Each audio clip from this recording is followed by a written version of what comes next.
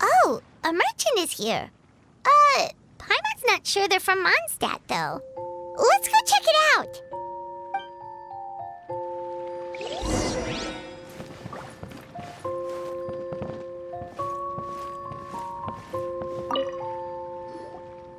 Hello there. The name's Atafe. I'm a traveling merchant from Sumeru. Great to meet you. Whoa, you've made quite the journey. Guess news of our humble shop has already spread to all four corners of Teyvat.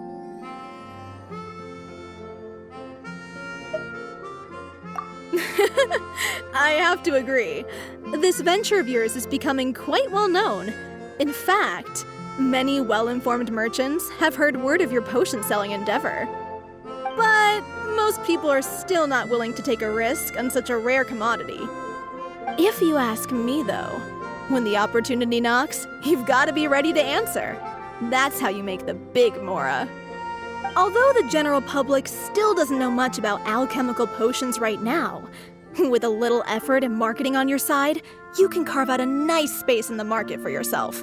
Once that happens, the Mora will just keep on flowing. Once you've generated enough demand, you could even increase your prices tenfold. With that kind of profit, you could even take the rest of the year off if you wanted. Tenfold? Are you serious? As long as the demand is there, people will pay anything. You could say it's a sort of mutual agreement between consumer and supplier. With the way you talk, Paimon can't help but be reminded of a certain other Mora-obsessed merchant. Wait, you did say you were from Sumeru. Maybe you know her. Ever met Dory? Wait, you mean Lord Sangama Bay? One of the most famous merchants in all of Sumeru? That Dory? You know her? Wow. Lord Sangama Bay is one of my biggest idols. Her business sense and dedication to making Mora has always been one of my greatest inspirations. I was even lucky enough to visit the Palace of Alcazarzare once. It truly is a magnificent sight. One day, I hope to be just like her. Up to my ears in more Mora than I can count. Looks like we lost her. Should Paimon snap her out of it? Or... Thank you. That means a lot. Back to where we were then. I believe I was telling you how we can make some big Mora together. The idea is actually pretty simple. You produce the potions, provide me with a regular supply, and I'll help you sell them across Teyvat. If that sounds good to you, then we should talk more in depth about what kinds of potions to sell this time around. According to my keen market sense, these are the kinds of potions that are currently in demand.